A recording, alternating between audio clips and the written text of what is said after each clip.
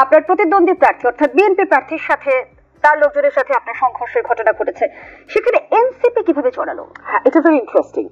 প্রথমত এনসিপির নিবন্ধন নাই, সুতরাং ব্রাহ্মণবাড়িয়া 2-তে কে গেল আর ব্রাহ্মণবাড়িয়া 3-3-এ কোন ইউনিয়ন যুক্ত হলো তাতে এনসিপির কিছু যায় আসার কথা না। 1, 2 হলো এনসিপির যেই বক্তব্য 2-3জন বক্তা কিন্তু অলরেডি এর আগে বক্তব্য রেখেছেন, পরে আমি বুঝলাম তারা এনসিপির। তারা একজনও তাদের পরিচয় ক্লিয়ার করে নাই, তারা একজনও বলে নাই তারা এনসিপি থেকে এসছে।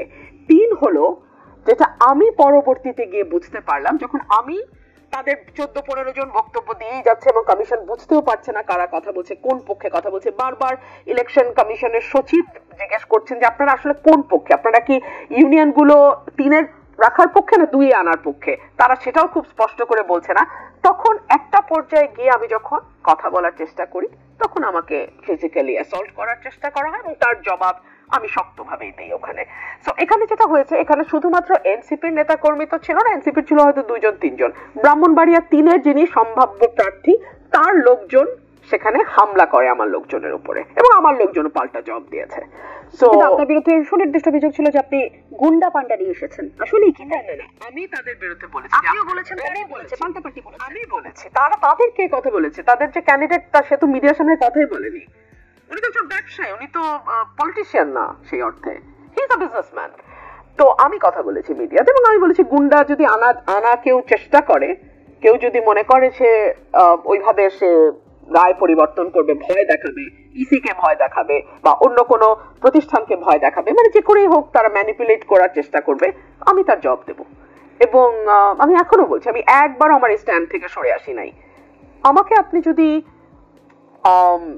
মানে রাজনীতির যে চিরাচরিত ভাষা সেটার বাইরে গিয়ে আপনি আমাকে আক্রমণ করেন, আপনাকে পাল্টা আক্রমণের শিকার হতে হবে ফর শিওর। কিন্তু আমরা ঘটনাটা দেখলাম যে ভিন্ন দিকে মোড় নিয়েছিল, সেটি আপনার প্রতিদ্বন্দ্বী থেকে ছাপিয়ে ঘটনাটা বা সংঘর্ষটা আমরা দেখলাম শিফট হলো এনসিপি আর বিএনপির মধ্যে। অভিযোগ পাল্টা অভিযোগ এবং স্লাট শেমিং এর মতো আমরা মানে নিকৃষ্ট ঘটনাও দেখেছি, সাইবার বুলিং এর মতো ঘটনা দেখেছি। সেখানে আপনাকে আওয়ামী লীগ বিষয়ক সম্পাদক পর্যন্ত বলা হলো, আপনিও মেজাজ হারিয়ে ফকিন্নির বাচ্চা পর্যন্ত বললেন। সবকিছুর অবসান হলো, আমরা দেখলাম যে হাসনাতকে আপনি উপহার পাঠিয়েছেন। সংকটের বরফ গলেছে কি? এর মধ্য দিয়ে আপনি কি বার্তা দিতে চেয়েছেন?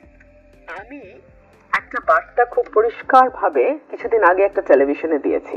যেই পলিটিক্যাল কালচারে আমি বড় হয়েছি, যেই পলিটিক্যাল কালচারের গল্প শুনে আমি বেড়ে উঠেছি এবং আমার রাজনীতির হাতে খড়ি যেই পরিবার থেকে, সেই পরিবারের কিছু স্মৃতিচারণ আমি করেছি। ফর এক্সাম্পল, স্বাধীনতা উত্তর যখন শাহ আজিজকে মানে মুক্তিযুদ্ধের বিপক্ষ শক্তি হিসেবে কারাগারে যেতে হয়, যুদ্ধাপরাধী হিসেবে কারাগারে যেতে হয়, শাহ আজিজের পরিবারের দেখাশোনা কিন্তু সেই সময় তৎকালে যিনি প্রধানমন্ত্রী ছিলেন তিনি করতেন। এবং মৌলানা ভাসানী যখন ন্যাপ গঠন করেন, তার কাছেও আওয়ামী লীগের শীর্ষস্থানীয় নেতৃবৃন্দরা আসতেন এবং হুজুর আমরা এখন কি করব বলে পরামর্শ নিতেন, এই সংস্কৃতি ছিল। সো হাসনাত আমাকে যখন ফোন করে বলল আপা আমি আপনার এলাকায় যাচ্ছি, তখন আমি বললাম যে আমার নেতা কর্মীদের আমি বলে দিচ্ছি তারা যাবে এবং তোমাকে স্বাগতমই জানাবে, এবং তারা গেল।